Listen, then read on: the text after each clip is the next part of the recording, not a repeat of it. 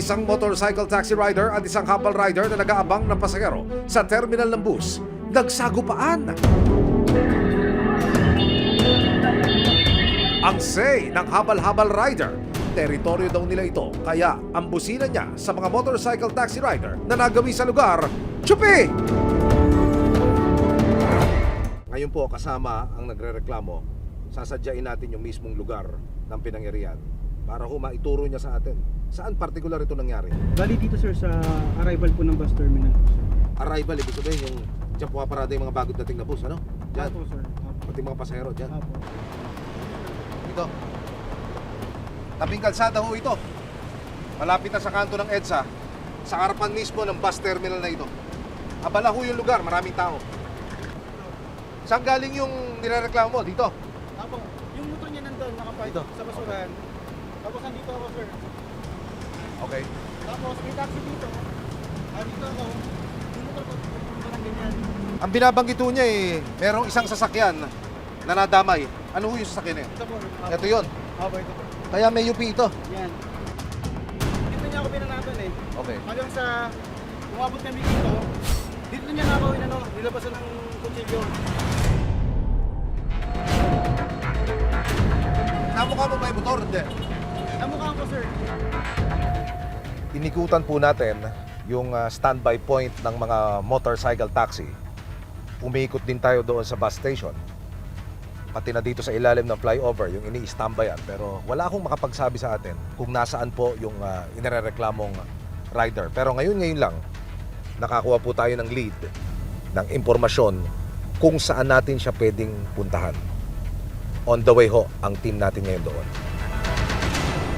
Sa isang barangay dito po sa Pasay City, natukoy natin ang kinaroroonan ng inireklamong habal-habal driver. At sa pinakauling impormasyon, siya po ay narito ngayon sa Barangay Hall para ibigay ang kanyang side ukol ho sa pangyayari.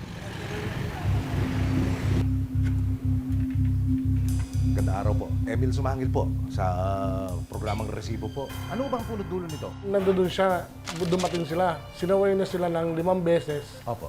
ng mga tricycle driver doon. Huwag kayo dyan kasi nga, nalapit sa inyo yung pasahero. Kasi may apps na nga kayo eh. 2:00 hanggang umabot na ng anong oras yun. Sinasabay pa rin siya, tumatawag pa rin siya ng pasahero. Pero ang belta ni Renz, Paano niya po nasabi na 2:00 ng umaga, nasa terminal na ako at pinapaalis niya ako? Samantalang nasa Bacoor, Cavite po ako. Makikita po sa booking ko po na 2:55 na nakapag-drop po ako sa Bacoor, Cavite. Yung sinasabi niya po na teritoryo niya yung lugar na yon, hindi ko po sinasadya. Dahil nga po sa booking, kaya po ako nandun. Makikita niyo po dito na nag-drop po ako. dalawang rider na nag-aabang ng pasahero sa labas ng bus terminal, nagkagirian at nagsapakan. Ang mga salaysay ng nanapak, nakabal-habal rider na si alias Bobet, tila kuma-counterflow sa salaysay ng biktimang si Renz. Nang tanongin naman ang habal-habal rider na si Bobet sa ginawa niyang paranapak kay Renz. Pero ang unang nanak ito, Ang po eh. yung daw area na yon ay teritoryo ninyo. Kaya pinagbintangan niyang nang aagaw ng pasahero yun. Tama ho ba yun? Hindi ho tama yun, sir. Wala po akong sinabi na gano'n. Sabi ko lang sa kanya, sir, lipat ka na sa unahan para hindi ka na malapitan ng pasahero. Yun hong nagre-reklamo sa inyo, makikita ko sa CCTV footage na umiiwas na. Pero sinusugod pa rin nyo. Eh kung umiwas siya, sir, wala siya rin sa pwesto niya. Okay. Hindi, kung umiwas siya, hindi sana kami nag-away. Kabig naman ni Bobet, ang tangkang paranaksak niya kay Renz, paninindak lang daw. Ay, dalawa kasi sila, sir, kaya pinamblap ko lang rin yun doon. Ano yun, yung sukulay na parang kutsilyo. Banat naman ni Renz, Baluyin. Hindi ko alam kung saan hindi ko alam kung saan niya kinukuha yung ano niya, yung ganung statement niya. Malinaw naman po sa CCTV po kung hindi niya po ginawa yon na pag-iwas niya. Bakit po yung mga tao po nagsitakbuhan at nagsigawan? Yan, naglabasan siya ng kutsilyo dyan. ayon sa Republic Act 4136 o Land Transportation and Traffic Code Rules, mahigpit na ipinagbabawal ang mga habal-habal na walang prangkisa mula sa gobyerno.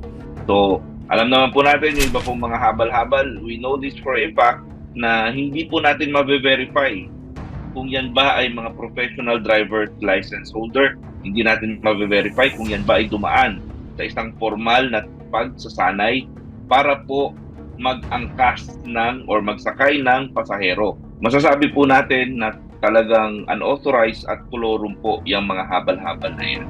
Kaya, base rito, lumalabas na walang K si Bobet para makiagaw ng pasahero. Pero dahil hindi lang ang pamamasada ng kolorum ang bawal sa batas, kundi ang pananakit at pagbabanta ng kapwa, ang habal-habal rider na si Bobet, tila pumreno at gusto yatang mag-U-turn. Hihingi na lang daw siya ng sorry.